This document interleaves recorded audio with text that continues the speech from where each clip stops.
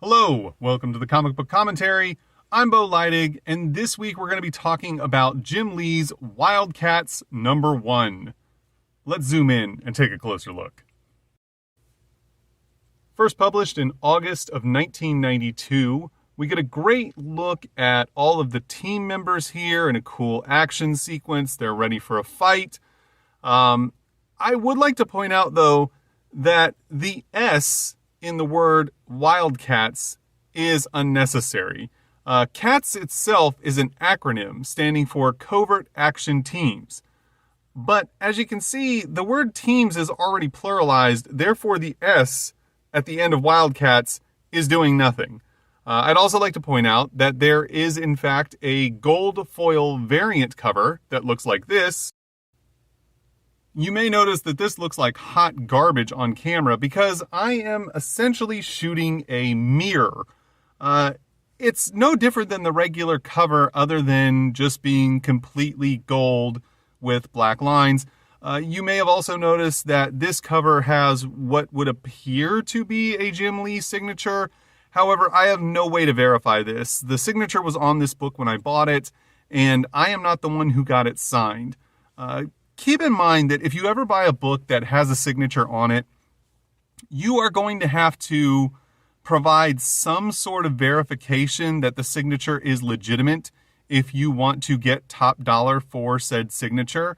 I actually only bought this because it was the first and only time I have ever seen the gold variant cover of this book. I don't know how many of them were printed, and I don't know exactly how rare it is, but I should say it's really, really easy to find copies of Wildcats #1 in the wild. A lot of comic book stores have that in their back issue. And I was really surprised to come across this book at random. So I'm pretty certain that there's not a whole lot of copies of it floating around out there.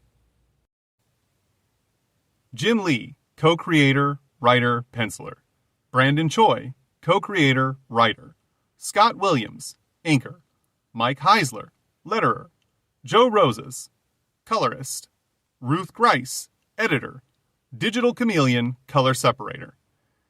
This issue of Wildcats can be a little bit challenging to follow where the story's going at times, which I find kind of odd for a first issue of a book. I feel like a book's first issue should be very straightforward in establishing the tone of the book and the characters and somewhat of the character motivation.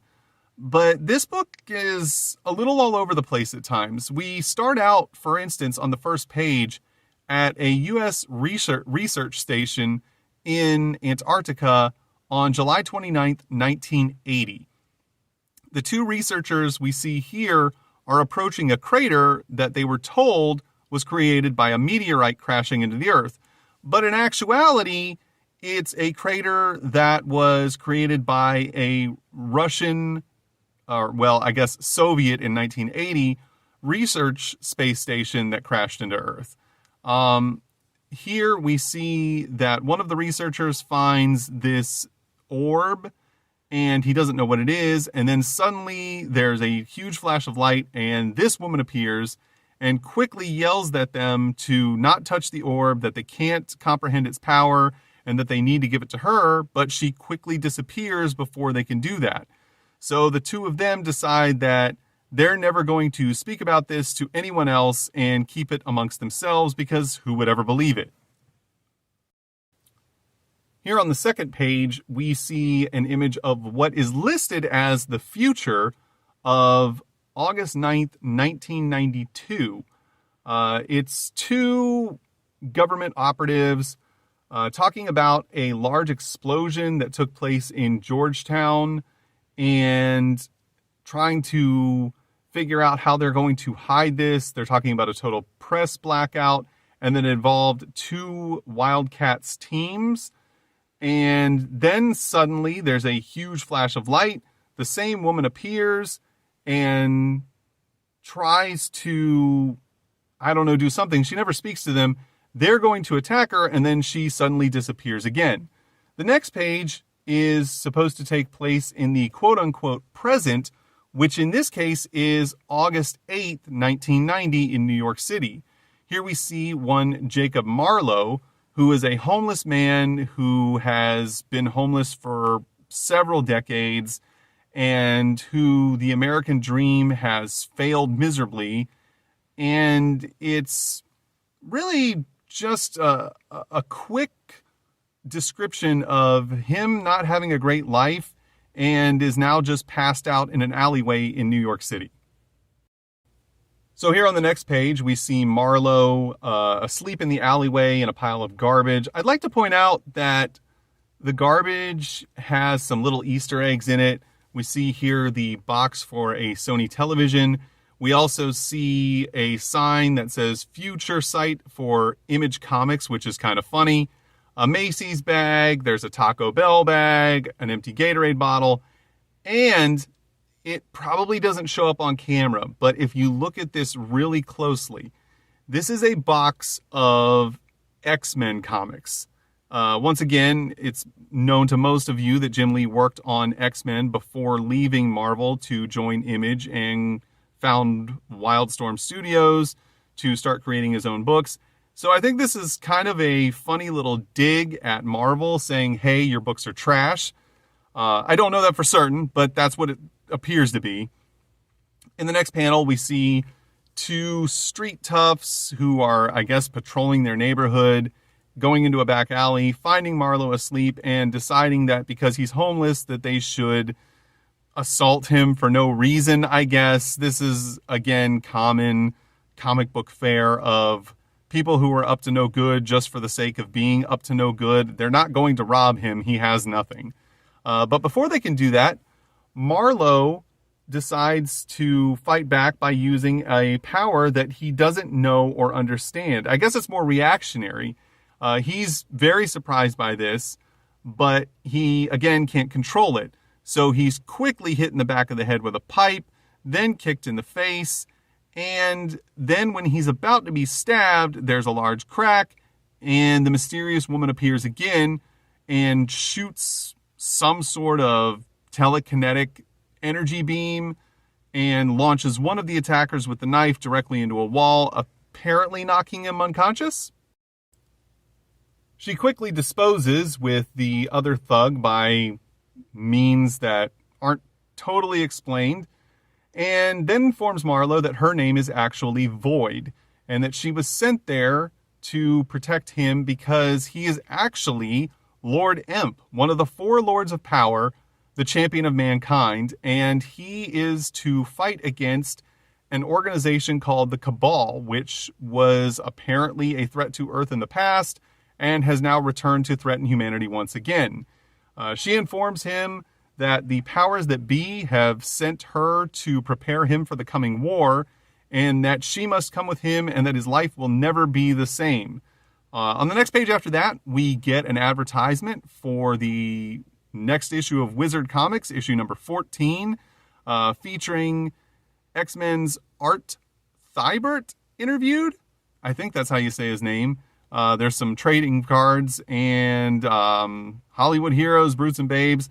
You know, your standard wizard fare of the time. So this is the point in which the timeline of this book starts to get a little bit weird and wonky. The very first page, like I said, took place in 1980. Then it jumps to 1992, where we saw the two government operatives talking about the explosion in Georgetown.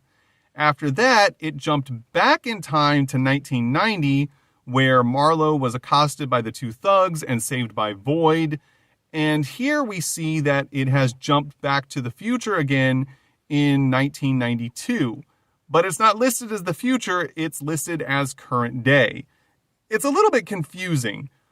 We see Marlowe in a situation similar to what he was in 1990, where he's passed out drunk in an alleyway.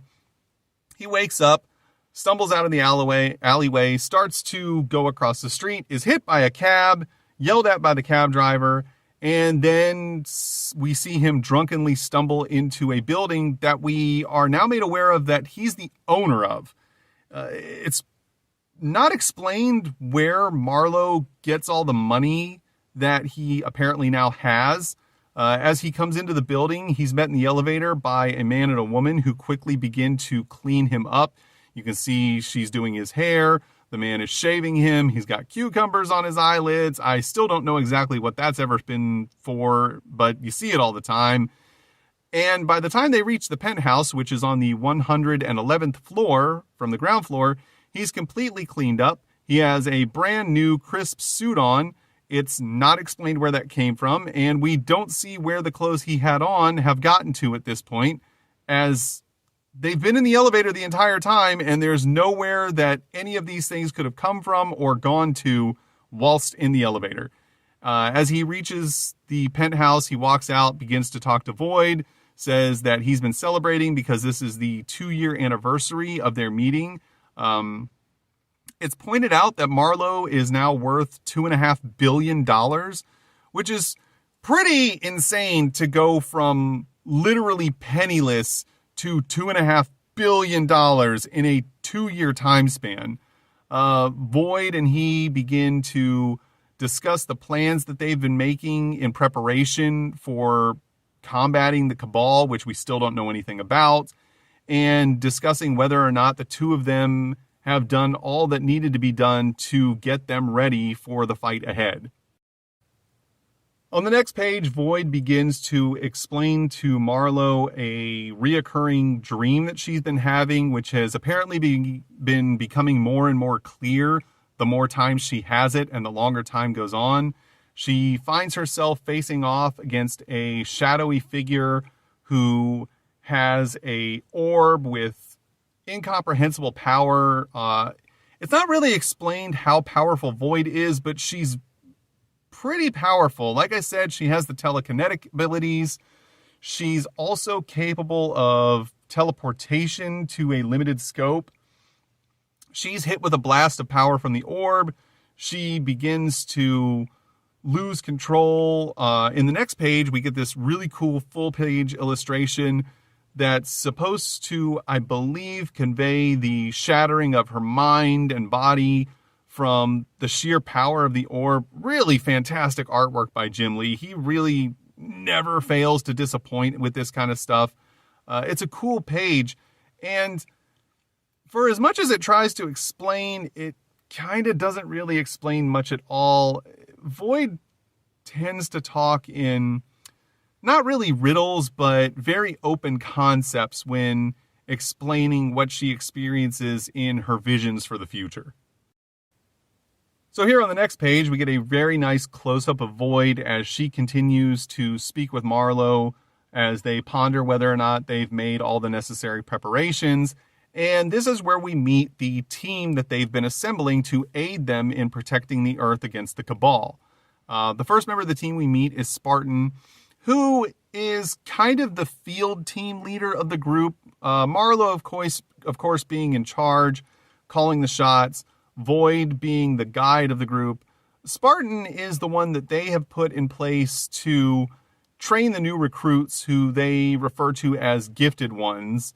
And he says that everything's coming along great, all things are under control, until there's a giant smash and crash of one of the new recruits flying through the wall of their training center, combat training room. It's basically the danger room from X-Men, I believe. I can't remember precisely, and it's not fully explained in this book, but I'm pretty certain it's just the danger room from X-Men. And then we meet one of the other new recruits, Maul. Maul's powers are interesting. He's very similar to the Incredible Hulk in some aspects and very different from him in others. So the Incredible Hulk's powers are most commonly written as being directly linked to his level of anger. The angrier he becomes, the more powerful and stronger he becomes as a result. But he also becomes very uncontrollable and tends to go completely wild and cause tons and tons of destruction as a result. Maul, however, is different in the sense that his powers are directly related to his size. Maul can change his size at will. He's always pretty big, usually in the neighborhood of about, 7 feet tall. But as he consciously grows his size and his mass, he also makes himself stronger by doing so. The unfortunate side effect being that the bigger he gets, the less intelligent, I guess would be the best word, he gets. It's not so much that he becomes a rage monster like the Hulk. It's more so that he loses less of his loses more of his cognitive abilities and becomes more animalistic. And because of that, loses his humanity in doing so. Marlowe, of course, is not upset by the fact that Maul's having trouble controlling himself and throwing the other team member, Warblade, through walls. And he says that he's better off hiring a member of Youngblood, which is a funny nod to another comic and Image at this point. And Spartan tells Warblade to just start cleaning things up and that the two of them will figure it out later. So here on the next page, we get another ad for the American Comics and Entertainment Summer Sale. These ads were in almost every Image comic that was coming out in 1992. It's crazy how much they were advertising in Image comics at this point. The next page after that, we are teleported to the Chesapeake Bay, and we see a large submersible called the Behemoth, which is stealthily moving through the Chesapeake Bay towards the Potomac River and is the mobile base of the Cabal. Now, we don't really know who all of the members are of the Cabal at this point, and we're only getting a glimpse of what their motivations are and what their goals are at this point. The leader, Hellspawn, right here, is talking to the rest of the members and is upset because one of the members has sold out the rest of the group. The resident enforcer of the group, Pike, right here, is basically starting to call out Alfonso Cassini, who is the one that has betrayed them. Now, you may look at Pike here and think, man, this sure seems like a pretty obvious, I guess, interpretation of Deadpool. And you're not wrong. He kind of is, at least visually. He's somewhat of a Deadpool knockoff. But I should point out, at this time in 1992, Deadpool was only a character that was about a year and a half old, and this wouldn't have necessarily been as obvious then as it is now. In 1992, Deadpool still hadn't even received his own solo book yet. He had only made cameo appearances in other books throughout Marvel Comics, most of which dealt with mutants and X-Men. And so, because he wasn't the household name that he is today, I guess it's possible that maybe people wouldn't have been as, I guess, wise to the idea that this was somewhat of a blatant Deadpool ripoff, but still, I think it just falls more into that whole Jim Lee really trying to stick it to Marvel with some of the stuff that he was doing in his comics. Pike quickly decides to teach Cassini a lesson, slams his face into the spaghetti, and essentially just holds him there until he smothers him. So here on the next page, we see that we get our first really good up-close shot of Hellspawn. He looks really cool. I like that while he does kind of have a pseudo Ghost Rider flame head going on, his face is more of a mask that just kind of floats in front of it. So his entire head is essentially just energy. He's got this weird kind of armored vest and tubes for no reason and a cape that doesn't necessarily make sense, but that's okay. He, of course, while happy about Cassini being killed, does point out that it's really not much consolation at this point. The damage has already been done. They've already been betrayed. And he then asks his clairvoyant, I believe, Providence, as to what their next move should be, because they need to find the next gifted one, as many of the superheroes in the Wildcats teams are referred to as. You may have noticed these right here. These are essentially, I guess, trading cards that can be pulled out from this book. These ones have not been, which is very nice. I have multiple copies of this book, and as far as I can tell, they all came with the same trading cards, except for the gold variant that I showed you at the beginning of the video. As we can see here, this book comes with one trading card that is a close-up portrait shot of Spartan, and on the other side is a faraway action shot of Voodoo. The gold foil variant is the same two characters, but with the reverse of the cards. So in that comic, you get a close-up portrait of Voodoo and a pulled-back action shot of Spartan. On the next page, we see Void teleport Marlowe to meet someone called the Gnome. We don't know anything about the Gnome, and we're not going to find anything about the Gnome in this book. This is what I meant when I was talking about how this comic is difficult to follow. So the Gnome apparently has gifted ones, or knows the whereabouts of gifted ones, and tells them to Marlowe. He also has in his employment this woman who is a Coda assassin. Again, the Coda assassins are explained as being top level, almost undefeatable assassins in the Wildcats universe. And that's explained in this book. But we don't know where they come from exactly, how many of them there are. Marlowe does act as though it's very difficult to get one of these women to be in your employ, but that's about as far as it goes.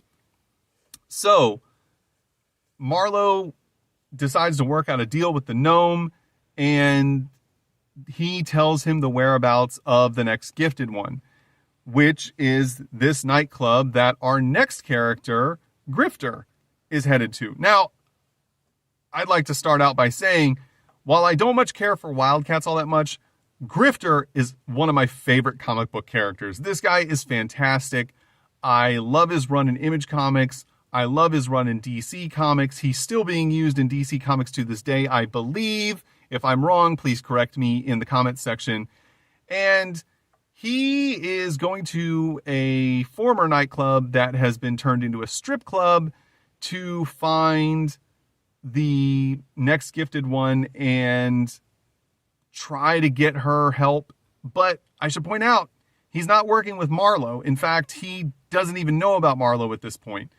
Another thing that's odd is that while Grifter looks to be roughly in his maybe late 20s or early 30s, he talks in this monologue on this page about having been at this club in the 1970s, and it's now the 1990s. So it's basically 20 years have gone by in which he hasn't been in this club, but he looks really young for a man who would have been in a nightclub 20 years ago. So here we get another 2-page vertical spread, because apparently early Image books were on a crusade to make my life difficult 30 years later when I was making videos about said books to put on the internet. We see that Grifter, aka Cole, as in his actual name Cole Cash, walks up to the bartender, who is apparently the same bartender from 20 years ago, still working at the same place. He actually does bring up that Grifter doesn't look like he's aged a day in 20 years. Again, that's not something that's explained in this book. It's just brought to the attention of the reader. Grifter asks what's causing all the commotion and why the club is so popular. And he points Grifter's attention to the stage where we are introduced to Voodoo, who is the gifted one. I can't remember exactly what all of Voodoo's powers were. I do recall that she has the ability to control people's emotional desires, But in Grifter's monologue here, he states that she's emitting a lot of power and that she doesn't seem to actually be aware of it herself. Grifter mentions that she's gorgeous, and she is. She's entertaining guys at the stage. But all of this is hiding the fact to most people that 3 new baddies have entered the club. We see 2 men in trench coats, accompanied by another woman who is very large and who Grifter instantly recognizes as another Coda assassin. She does not realize Grifter is there and is there to take Voodoo, and instructs the 2 men that are with her that they need to capture her, and if they can't, they need to kill her. However, on the next page, Grifter is surprised when the 2 men start to approach the stage, and he realizes that they're actually here for Voodoo. Voodoo, of course, is very upset and very terrified because while the man in question looks like this to everyone else, he actually looks like this horrible monster to her. And that's because both of these men are demonites who are one of the main antagonists of the Wildcats storyline. If I remember correctly, the demonites are an alien race that are invading the Earth. It's not explained in this issue, and I'm trying to remember books I read 30 years ago, so I could be wrong. But they start killing the other patrons who are getting in their way, and then they grab her. Grifter, of course, starts to take issue with this. We see that the Coda assassin is killing patrons as they try to escape. Grifter suits up and puts on his mask because he looks way cooler with the mask on. And it's funny because this stripper asks if he's actually Shaft, the leader of Youngblood, which, again, kind of a little inside humor on the Image universe. And then the 2 demonites now realize that they're dealing with Grifter and that they need to up the ante and take him out. So here we see that the demonites have the ability to create something that is referred to as a flash suit, which is these crazy armor gun suits that just appear out of nowhere, which is some sort of unexplained, undefined technology that's being used to do this, I'm guessing. The next panel is this really cool sideways jumping, shooting through midair, making Grifter look like a seriously hardcore, like just killer assassin guy. He takes both of them out with a headshot, and then we get this cool little nod to Spawn with the news report about the gunfire and shooting that's going on at the strip club. However, Jim Lee was smart enough not to use the CNN logo when he did this. This, of course, is how the Wildcats find out about the melee that's happening. And they decide that it's time for them to finally spring into action and that this is going to test whether or not the training that they've been doing has paid off. Grifter is now going head-to-head against the Coda assassin. It's a really intense fight. Again, the Coda assassins are supposed to be incredibly skilled warriors, although I don't know that they necessarily have superpowers of any kind, but I don't believe Grifter does either, at least at this point in the book. She catches him off guard, kicks him in the face. She's going in for the kill. Thankfully, Grifter has a little bit of a Saturday Night Special right up the old sleeve. Grifter, of course, gets the drop on her, blasts her in the stomach with what he refers to as magnum loads. He then grabs Voodoo, tells her to come with him if she wants to live. He paraphrases. He grabs her, takes her out into the alleyway to try and get away. Unfortunately, we now have more reinforcements showing up. His shot to the woman did not kill her and doesn't seem to even really affect her, which Voodoo can't believe, and Grifter is not entirely surprised by. He decides that he's going to have to make his last stand in the alleyway and fight his way out. This isn't sitting well with Voodoo because she believes they're guaranteed to die at this point. And thankfully for the 2 of them, this is where the Wildcats team shows up. We get this awesome action shot of Spartan and Maul and Warblade and Void and Marlowe riding on Maul, jumping from their jet into the fray. It's interesting here that you'll notice how big Maul is in this shot and how small Marlowe looks. This is actually pointed out because Marlowe tells him to shrink down so he will fit into the alleyway.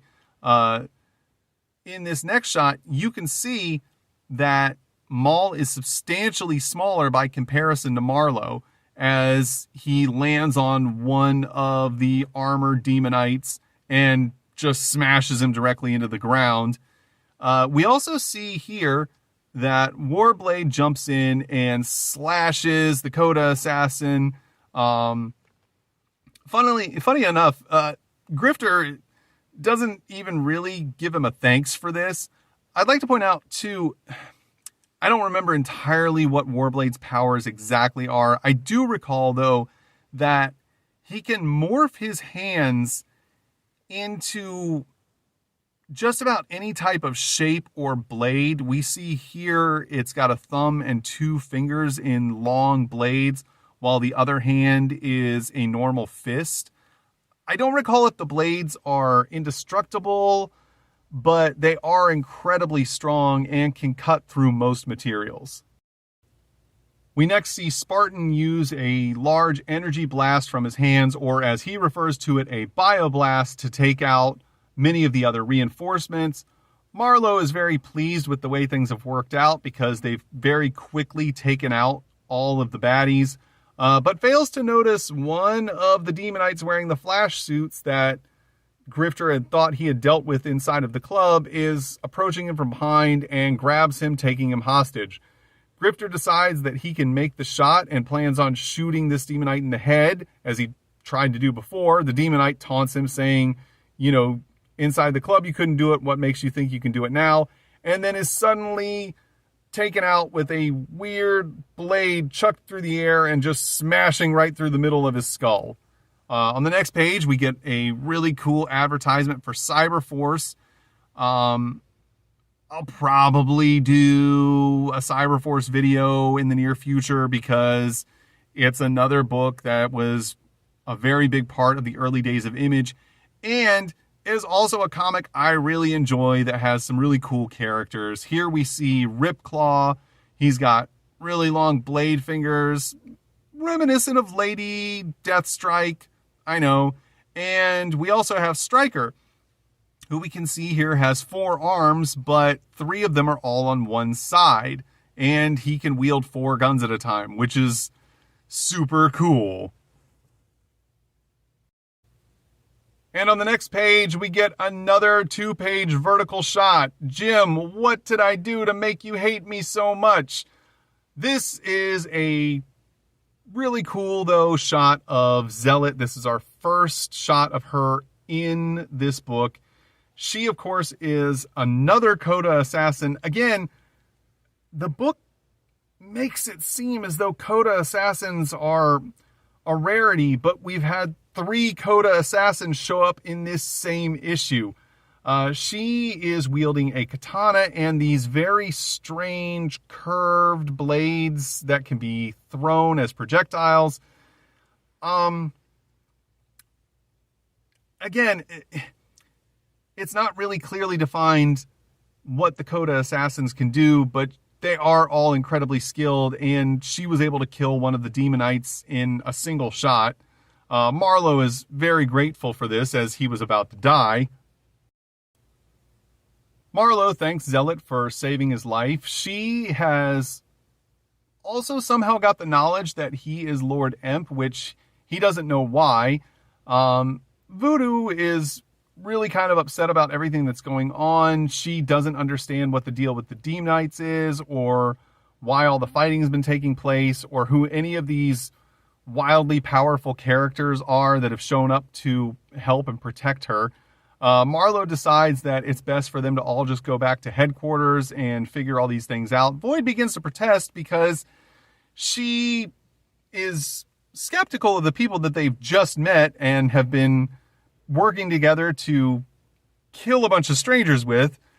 We then see that the Coda assassin who was there to capture Voodoo is somehow still alive after being shot point blank with a magnum round from Grifter and being sliced across the chest by Warblade's claws. And she apparently has a suicide bomb strapped to her chest.